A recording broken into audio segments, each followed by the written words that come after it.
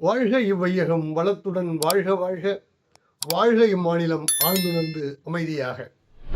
அன்பர்களே, இன்றைக்கு டிசம்பர் 26 தத்துவஞானி வேதாத்ரி மாமுனி அவர்கள் வாழ்க்கை மலர்களே சிந்தனையாக தந்திருப்பது தொடரும் பதிவுகள் என்பதாகும். சங்ககால புலவர் ஒருவர் சொல்கிறார், உடுப்பது நாழி உண்பது இரண்டே என்று. எவ்வளவு உண்மை!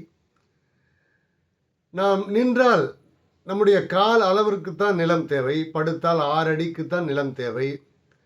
ஆனால் நீங்கள் கண்கூடாக பார்க்கிறீர்கள், மனிதன் எவ்வளவு பெரிய வாழ்நாளிலே எவ்வளவு பெரிய ஆட்டம் அவன் போட்டுக் கொண்டிருக்கிறான் என்பதை. அருட்தந்தை அவர்கள் அழகாக கேட்கிறார்கள், நீங்கள் இவ்வளவு காலம் இந்த மனித குலம் பிறந்து பல கோடி ஆண்டுகள் ஆன பின்பும் கூட இன்றைக்கு வரைக்கும் நீங்கள் எவ்வளவு சாப்பிட முடியும் சிந்தித்து பாருங்கள். உங்கள் குடல் அளவு எவ்வளவோ அவ்வளவுதான் சாப்பிட முடியும், அதற்கு மேல் ஒரு பிடி அளவு கூட உங்களால் உண்ண முடியாது என்கிற அளவில் தான் அருட்தந்தைகள் ஒரு சிந்தனை தருகிறார். பொதுவாக நான் சொல்வேன், இந்த கர்ம வினைப்பதிவுகள் பாவம் புண்ணியம் என்பதெல்லாம் சில பேருக்கு அதீத நம்பிக்கை உண்டு. ஆனால் சில பேருக்கு மற்றும் சிலருக்கோ அது மீது ஒரு ஒவ்வாமை உண்டு. ஆனால் உண்மை இதுதான்.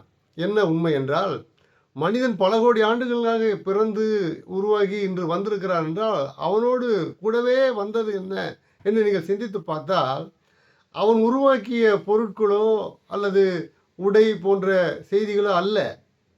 அவன் ஆக்கிய செயல்கள், இதுவரை ஆக்கிய செயல்கள், அவன் வளர்த்து கொண்ட அறிவு, இவைதான் அவனோடு வித்தின் வழியாக தொடர்ந்து வந்து கொண்டிருக்கிறது என்கிற உண்மையை நீங்கள் உணரலாம், ஏற்றுக்கொள்ளலாம். எப்படி என்றால், இன்றைக்கு டிஎன்ஏ என்று ஒரு விஞ்ஞான விளக்கத்தை நீங்கள் பெற்றுவிட்டால், ஆமாம், ஒரு மனிதன் செய்கிற செயல்கள், அவன் ஆற்றுகிற செயல்கள், அவன் ஆக்கி வைத்த அறிவு, பெருக்கி வைத்த அறிவு தான் அவனோடு வித்தின் வழியாக வந்து கொண்டிருக்கிறது. அதனுடைய முன்னேற்றத்தை தான் இன்று மனித குலம் அறிவின் வழியாக பாய்ச்சலாக காணலாம் நீங்கள்.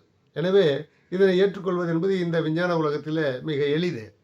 அந்த வகையில் அருட்தந்தை அவர்கள் சொல்கிறார்கள், எப்பொழுது ஒரு மனிதன் தன்னுடைய வினைப்பதிவுகளை ஒரு அறநெறி, இறை வணக்கம், நல்ல உயிர்களுக்கு, பிற உயிர்களுக்கு நன்மைகள் செய்வது என்று தொடர்ந்து அவன் வினைகளை ஆற்றி கொண்டு வந்தால், அதுதான் அந்த மனிதனை பரம்பொருளோடு இணைக்க செய்யும் வகையில் ஒரு பாதையாக, வெற்றி பாதையாக அமையும் என்று அருட்தந்தை அவர்கள் கூறுகிறார்கள்.